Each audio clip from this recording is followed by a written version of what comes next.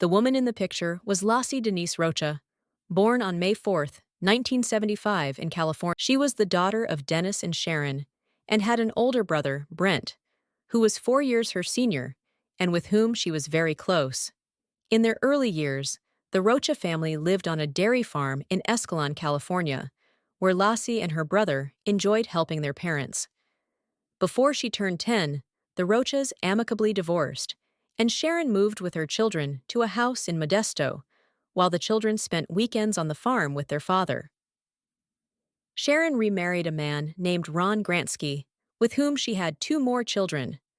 It is known that Ron played a significant role in raising Sharon's older children, to the point where they considered him a second father. Laci was known for being very outgoing, which helped her make many friends in high school. After graduating, she enrolled at California Polytechnic State University, majoring in ornamental horticulture, as she had been passionate about gardening since childhood and wanted to pursue a career in it. During her early university years, Laci often visited a restaurant in Morro Bay called Pacific Cafe to see a friend who worked there. This friend had a coworker named Scott Peterson who caught Laci's eye. Everyone says that the first time she saw him, Laci was so smitten that she gave him her phone number. She even told her mother that she had met her future husband. Laci and Scott started dating. He seemed like the perfect man, showering her with attention and flowers. But the reality was quite different. Scott Lee Peterson, was born on October 24, 1972, in San Diego, California. The only child of Lee and Jackie Peterson, it is known that his parents had children from previous relationships, and they all got along well. Scott grew up in a suburb of San Diego and was a model student, as well as an avid golfer, a career he hoped to pursue in the future. After graduating from high school, he spent a semester at Arizona State University before returning home to attend Cuesta College in San Luis Obispo. In 1994, he enrolled at California Polytechnic State University, majoring in agricultural business. Scott balanced his studies with his job at a restaurant in Morro Bay, the place where he met Laci. The couple dated for a while and then moved in together in an on-campus apartment. On August 9, 1997, coinciding with the end of their university years, they got married, and it must be said that everyone looked radiant during the ceremony. At that time, Scott voluntarily gave up his dream of becoming a professional golfer in favor of a more secure career in business, while Laci continued her specialization in horticulture. The couple appeared to be very happy, and, in fact, were the envy of everyone. However, what no one knew was that at the beginning of their marriage, Scott had relationships with 2 other girls on campus, which I will talk about later. After graduating from university, Laci and Scott opened a burger restaurant in San Luis Obispo called The Shack. The business was doing very well, especially on weekends, but despite its success, in October 2000, the couple decided to sell it and return to Modesto to be closer to Laci's family. Once in Modesto, Scott began working for a fertilizer company, and Laci took on several jobs as a substitute teacher. According to her mother, Laci was very much in love and was especially excited about being the perfect housewife. During that time, she was in constant contact with her friends and family, and although Scott, with his introverted nature, didn't seem to participate much, everyone was content knowing that she was happy. One of Laci's dreams was to become a mother, but to her dismay, Scott didn't want to have children. Eventually, he changed his mind, and after several attempts, in May 2002, the couple announced that they were expecting a boy they planned to name Connor. The due date was set for February 2003, but unfortunately, that moment would never come. The disappearance. On the afternoon of December 24, 2002, Scott called Laci's family to see if she was with them. That morning, he had planned to go golfing, but when he returned, there was no trace of his wife. To make matters worse, neighbors had found their dog, Mackenzie, wandering alone with its leash still on. Since neither family nor friends had any information about her whereabouts, Laci's stepfather immediately reported her disappearance to the police.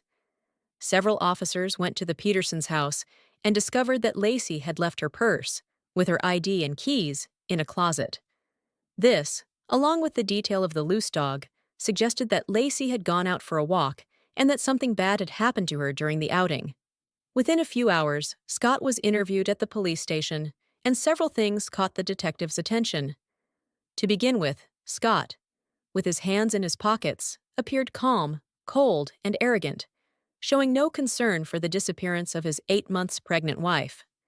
As if that weren't enough, Scott initially stated that he had gone golfing that morning, but later changed his story, saying that due to bad weather, he had decided to go fishing at Berkeley Marina to try out the boat he had purchased on December 9th, which none of his family members knew about. Interestingly, this location is an hour and a half away from his home by car, so it made little sense to the investigators that he would go so far just to test a boat. Scott also told the officers that he last saw Laci at home at 9:30 a.m. while she was watching a cooking show, and that she had planned to bake cookies, run some errands, and walk the dog. After spending the day with his boat, Scott called Laci, and when she didn't answer, he left a voicemail saying, "Hey, beautiful, it's 2:15. I'm leaving Berkeley." Continuing with Scott's timeline, he said that when he arrived home, he saw Laci's car parked outside, but there was no sign of her. He claimed that once inside, he took a shower, did a load of laundry with the clothes he had worn that day, and ate pizza with a glass of milk. Afterward, he called Laci's friends and family to inform them that she was missing. Searches around Laci's neighborhood began immediately, focusing on the park where she often walked the dog. Sharon, who had been helping from the beginning, later recounted that during one of these searches, she saw her son-in-law a few meters away. But when she called out to him, he completely ignored her. This wasn't the only instance. Both in her daughter's house and in the subsequent searches, Scott kept his distance from Sharon. On December 25th, Modesto police and firefighters expanded their search area, using many more resources. From this point on, they included helicopters, mounted units, bicycle patrols, and water rescue teams in rafts. It's known that there were a total of 30 officers, along with Laci's family and volunteers, but even so, they found no trace of her. It's important to mention that the officers thoroughly searched the Petersons' house and still found no signs of foul play or forced entry. One detail that didn't escape them was that Scott's computer history showed that he had checked the currents at Berkeley Marina instead of the weather. This search didn't add up for a significant reason. Scott had already told everyone that he planned to go golfing on the morning of December 24th. The next search took place at the warehouse where Scott kept the boat he had taken out that day, and they found several interesting things there. First, there was his fishing license, issued on December 20th, along with an unused hook purchased that same day. Additionally, they found an anchor without a rope, a tarp, several umbrellas, and a pair of pliers with a long black hair. After comparing it to Laci's hairbrush, it was determined that the hair belonged to her. The case quickly caught the attention of the media, becoming so high profile that 1,500 volunteers signed up to help the family. Since there were so many volunteers, a command center was set up at the Red Lion Hotel. This location distributed information and posters with Laci's picture, as well as cutting yellow and blue ribbons that were later placed throughout the city to raise awareness. While Laci's family and friends put all their efforts into finding her, Scott remained in the background.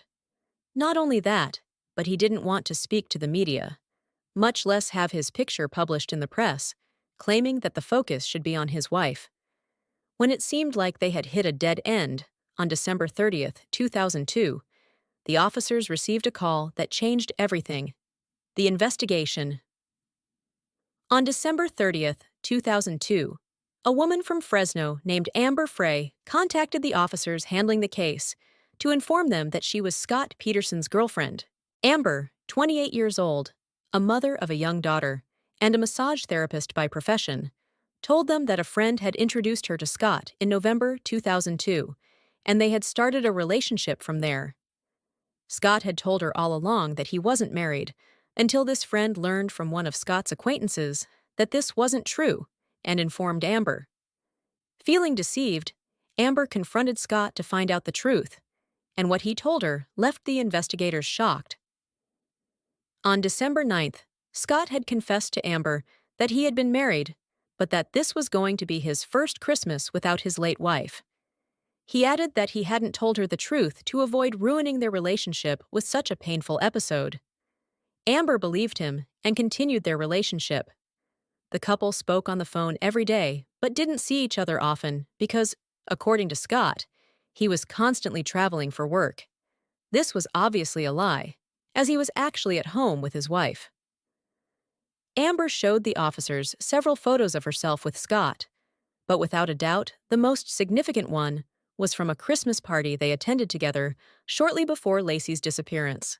That day, Laci believed her husband was away on business and went alone to another party organized by her friends. This is where she took her last photo and where her loved ones saw her for the last time. Convinced that Scott had been planning to get rid of his wife since December 9th, the officers began recording all of his phone calls and asked Amber to keep talking to him to see if he would reveal Laci's whereabouts. The conversations with Scott continued without him knowing he was being recorded. In several of them, he could be heard declaring his love for Amber or telling her that he was celebrating New Year's in Paris, while she knew from the news that he was at the vigils for his wife. The Petersons supported their son without questioning anything, especially when they learned that a burglary had occurred at the house next door on the day of Laci's disappearance. It was later proven that the burglars had nothing to do with Laci, but the Petersons still believed they were responsible. However, the Rochas were already starting to doubt him. It's true that they supported him publicly for days, but when they learned from the investigators and the press about Amber's existence, they cut off all contact with him. Amber's emergence in the case provided more fodder for the press, especially because she was the mistress of a man whose wife had disappeared.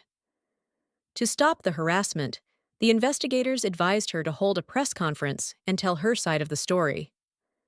Scott watched the press conference, but he continued as if nothing had happened. In the end, seeing that she couldn't get any information from him, Amber cut off all communication with him. Amber's statements prompted two other women to come forward and tell the officers that while they were in college, Scott, who was already married, had dated them without mentioning this detail, and when they found out, they broke up with him. It's unknown whether Laci ever discovered her husband's infidelities. The bad publicity led Scott to give several media interviews, which only made him look worse. In the following weeks, the search focused on the waters of Berkeley Marina until they suddenly made a discovery. A sonar detected what appeared to be a body.